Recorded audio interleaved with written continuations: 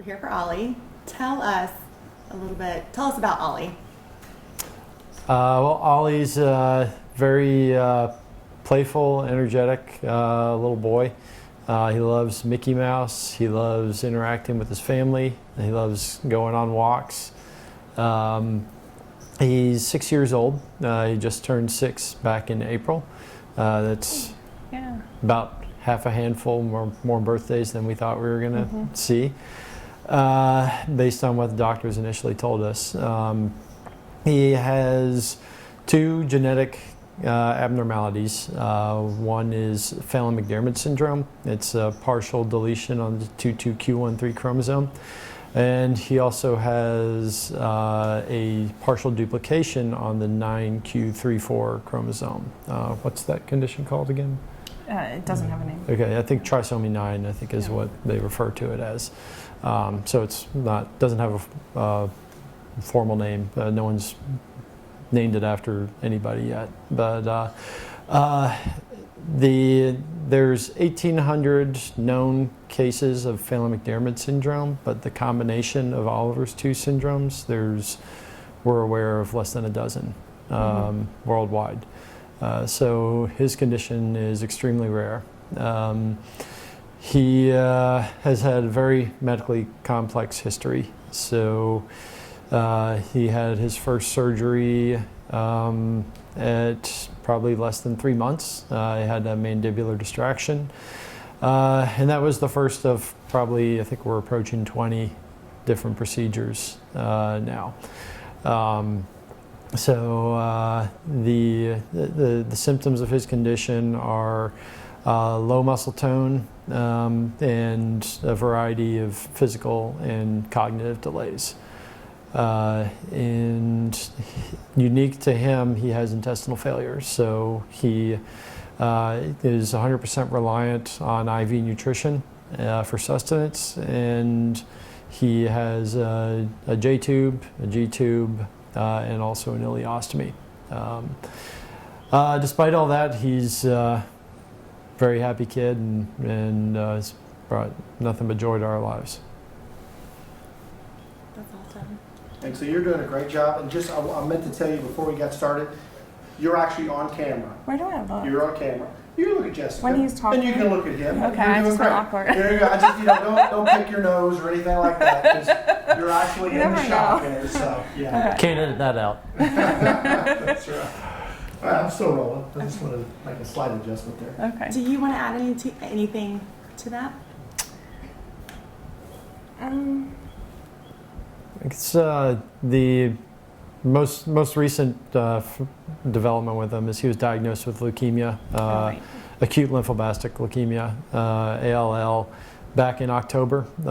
He went through the induction phase, so the first phase of treatment, and the determination was that they didn't do enough to, they didn't kill enough of the cancer to, in order to be able to proceed. So in order to attempt to cure the cancer, they would have had to do very aggressive treatment that both would have been very uncomfortable for him and also would have had a low probability of success.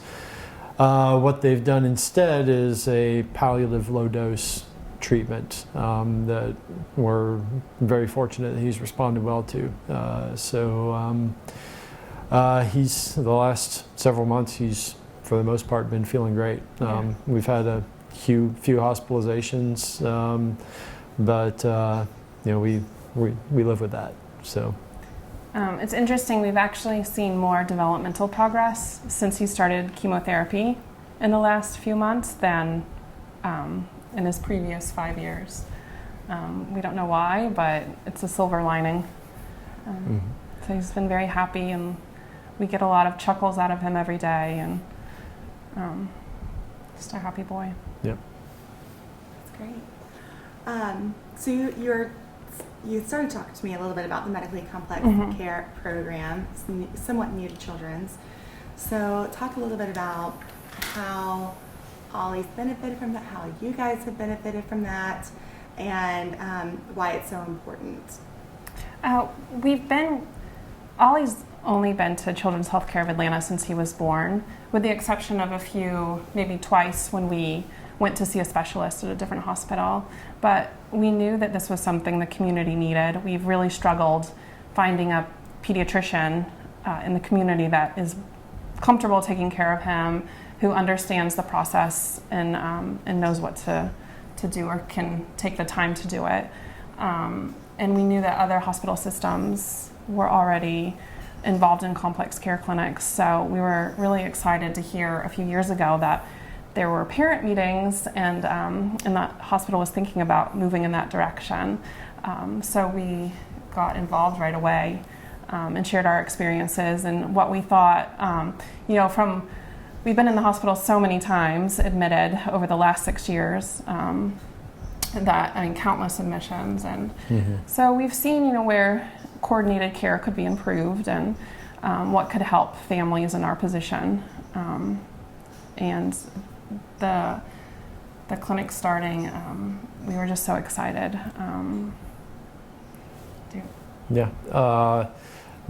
So we struggled for 5 years to find a pediatrician that could keep up with them.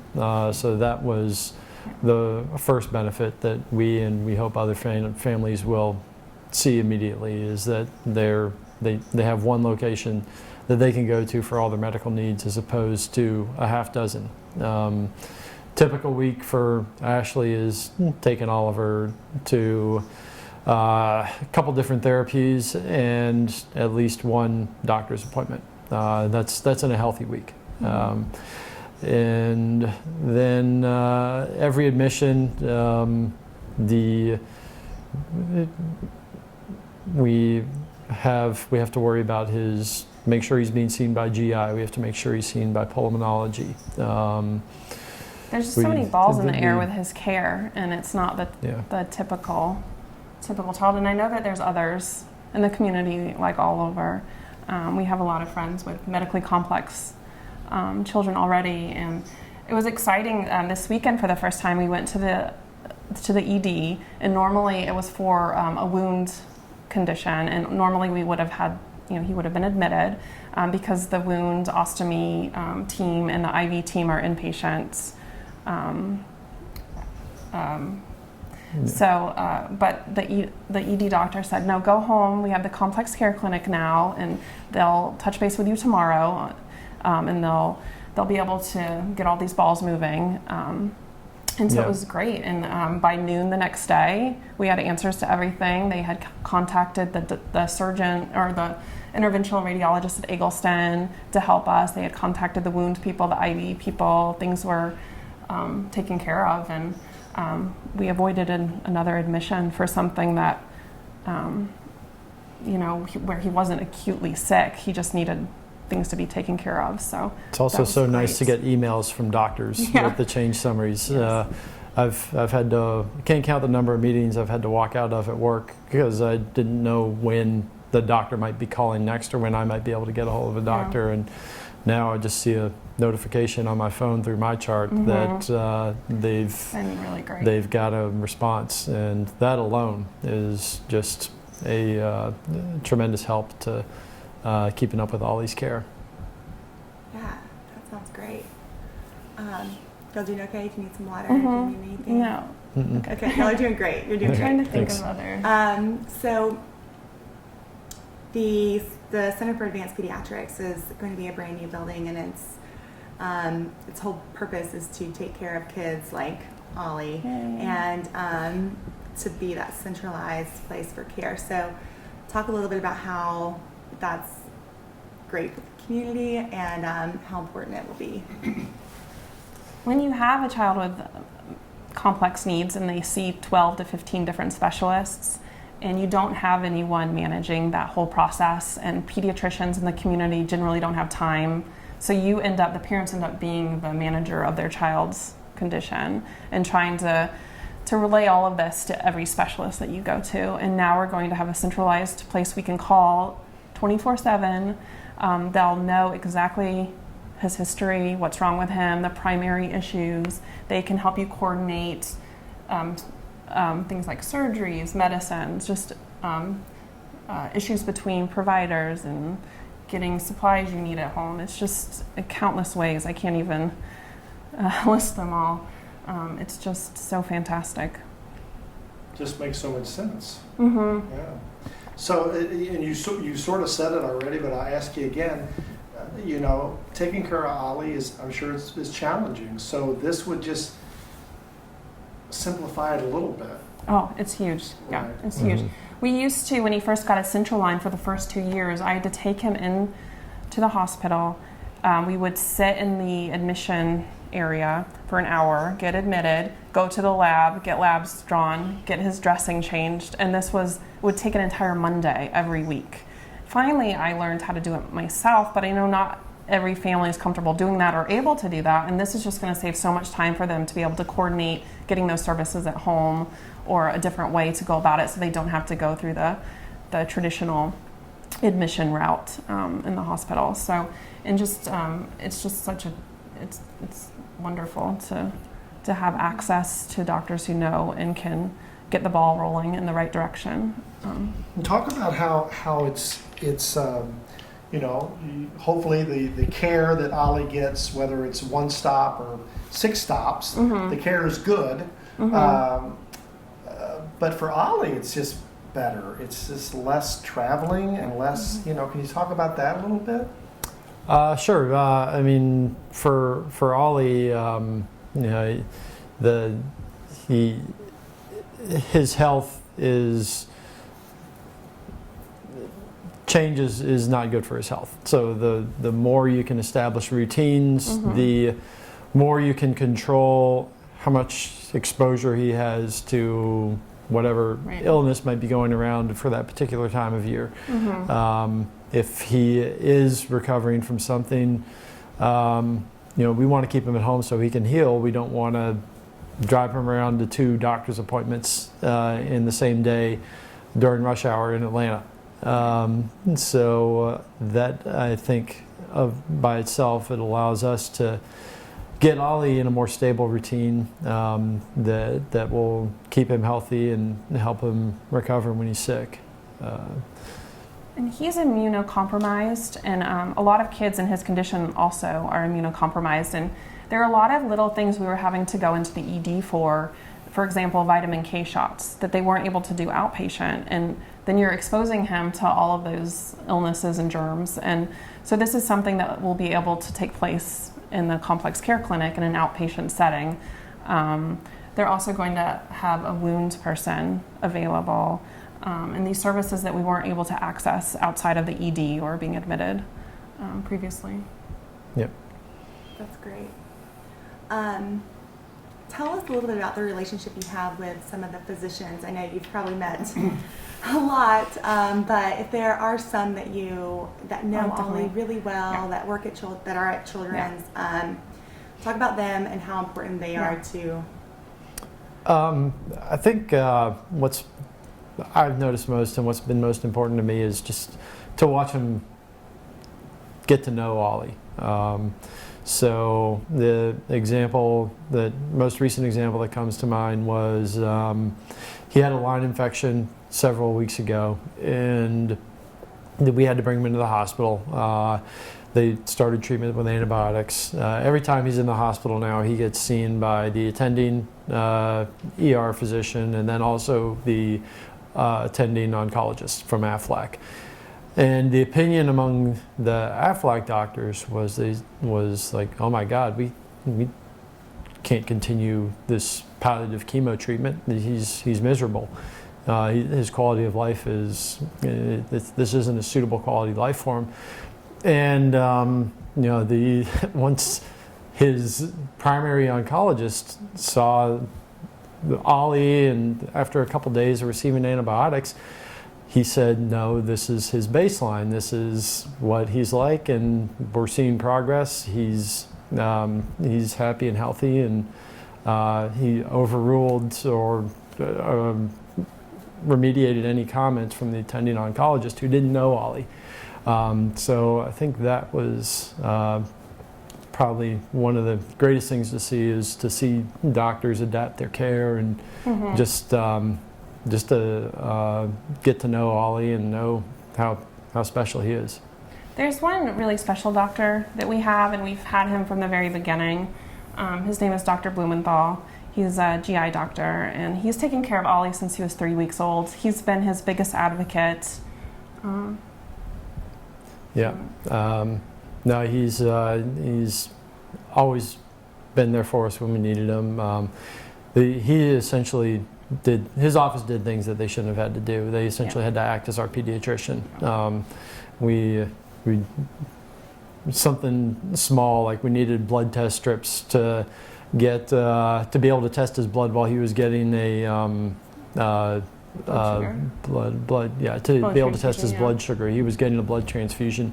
This was about a year ago, and we weren't getting a response from our pediatrician at the time, and we had to call his office and beg him to write a prescription for some blood strips so we could be able to go through with the procedure that we had in 2 days. And he's always been Ollie's biggest supporter, and he knows Ollie when he's really sick. He knows him when he's happy and well and doing great, and I think Ollie surprises him sometimes, but he always goes out of his way to help us, and he's really the reason why we've always stayed with Choa. We love him. We love the other doctors that we interact with.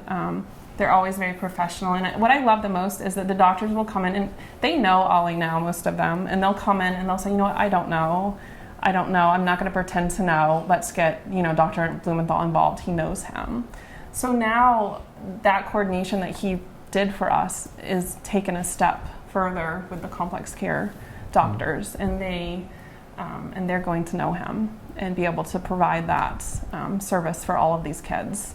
So we've just been really lucky to know him and have him involved in his care. And I think I know that Ollie's still alive now because of him and the care he's given to him.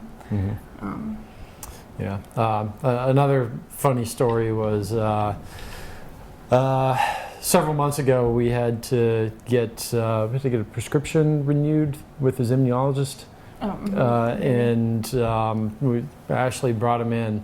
And Ollie's made a lot of progress in physical therapy, so he's able to sit himself up now. He can, and so the immunologist hadn't seen him in a year, and he saw him sitting up on the tabletop, and he bolted out of the room and ran and grabbed every nurse in the office and pulled him in. He said, "I never thought I'd see him sitting up," and So that's another funny story about how much the doctors have gotten involved with us and got to know us. Get to know Ollie better and his personality. Yeah, that's right. Yeah, it's funny because we hear so often that these clinicians, nurses, doctors, they're like family because celebrating those milestones is part of it. I feel like we have so many nurses and doctors and nurse practitioners who we're so close to now, and they know Ollie as well as we do, and we really trust them with his care. I know we went to another hospital system for a specialized procedure that wasn't here at the time in 2012, and I remember when we came back to Choa, I thought, oh my gosh, I'm never leaving again. This is so great. I just we love having the PAs who work with the services, and they get to know your child, and it's and I just didn't want to leave them ever again. So with the Center for Advanced Pediatrics, as you guys know, the community support is going to be critical for this, and I understand that you guys have kind of raised your hands and want to help with all of that. Tell us a little bit about what you're wanting to see and how important the community is for it. First and foremost, I think we want to see it be successful. There are other examples in other metropolitan areas like Atlanta that are very successful and are models for this type of facility. Atlanta is also one of the top, it's one of the areas that has the most need for it. So the percentage of disabled children in the or medically complex children as a part of the population is one of the highest among major metropolitan areas. So the need is definitely there. We several weeks ago, I think you shared a link with me on Facebook, and it was all the naming opportunities at the Center for Advanced Pediatrics, and we both just, we would love to have something, named for Ollie at that facility.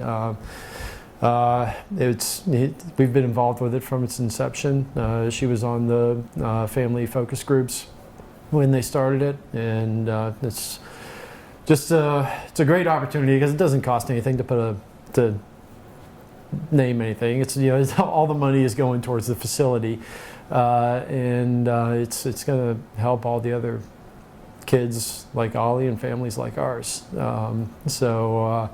Our goal was the goal is to raise $100,000 to get a conference room named after him in the new facility. We launched the campaign about 3 months ago. We've seen great support so far. We're at about $10,500, almost $11,000. And we're going to hold some fundraisers, and that was just announcing that we were doing this, and we had that response. So we haven't even done the fundraisers yet. Yeah.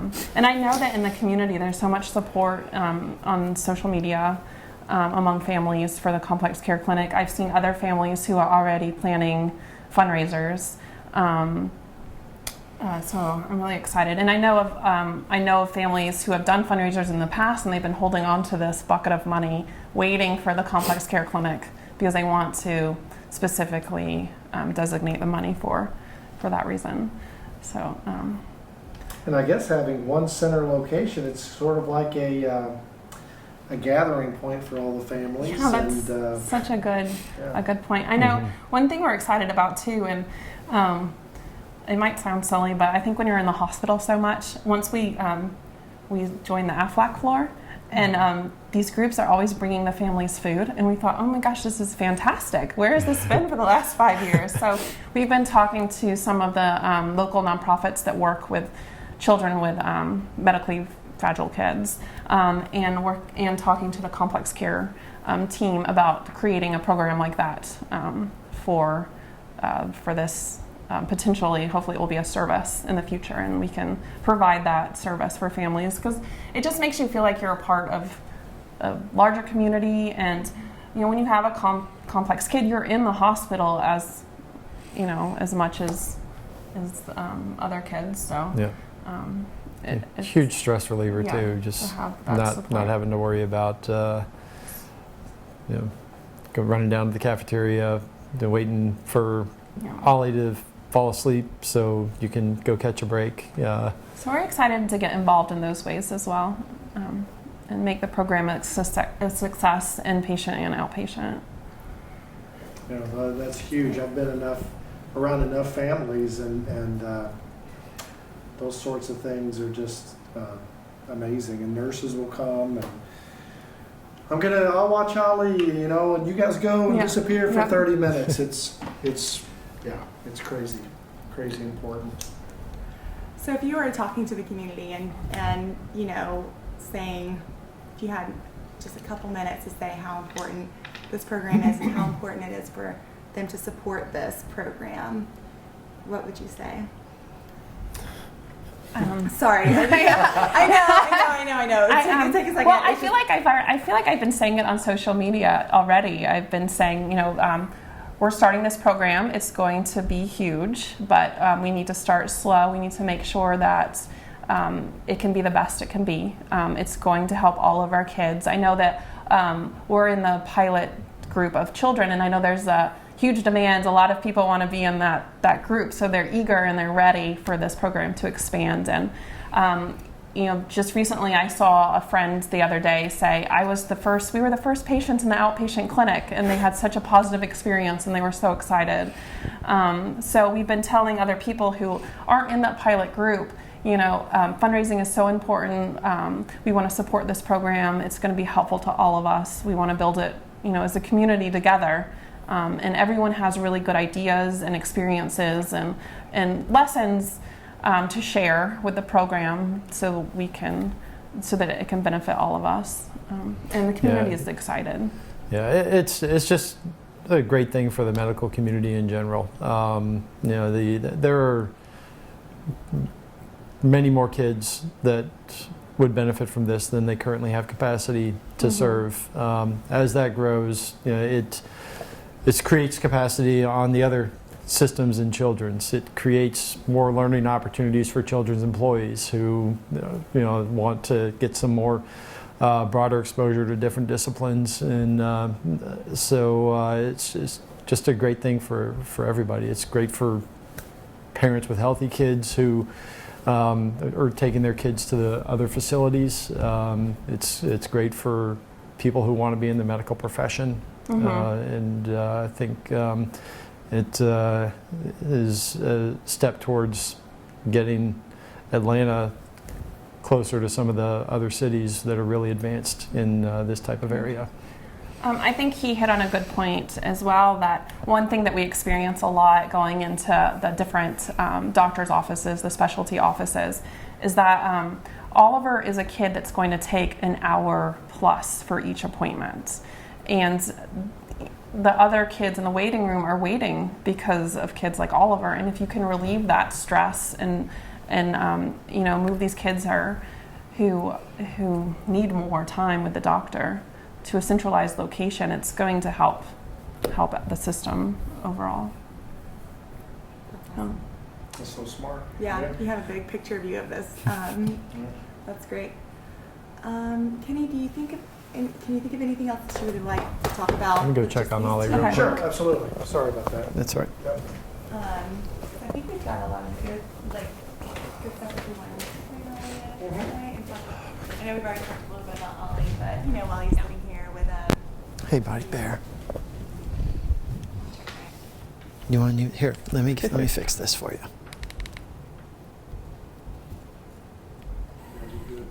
that's great, yeah. America's I'm not very top hospital spokesperson. Yeah, these are nice. I definitely want to cover it. Knock down the park with it. I wanted to ask just a couple of one or two questions about Ollie and his condition, just maybe a little bit more detail. And this is a thing that I ask a lot of parents, you know, when we talk to them. How do you guys deal with it in terms of, is it ever like, why Ollie, why us, you know, why has this happened to our son? How do you answer those questions? And you can look at Jessica. I think when Ollie was diagnosed when I was pregnant, so we had, you know, a few months before he was born to sort of research his condition and understand it. But then really you don't know what you're getting into until it begins, until he was born. We weren't anticipating all of these medical complications. And I think that our first pediatrician, who we adored, Dr. Monsino, I remember he told us, you know, this is about Ollie. We want to make every day the best it can be for him. We want to make, and Dr. Blumenthal even told me, you know, we want to make every day for Ollie the best it can be for him. Ollie's going to live the best life he can live. So that's what we've really focused on. We don't really, you know, it's never been, I guess we've just, we've lived by that. And we try to make every day happy, and we don't really have time to think about the why me or why us or why did this happen. You know, he's paving his own path and it's his own journey, so we just are here to support him and love him. Yeah, no, we can't give him everything he needs or everything he deserves, but he doesn't know that, and he's just happiest kid. He doesn't hold anything against us for not being able to make him better sometimes. So we're lucky.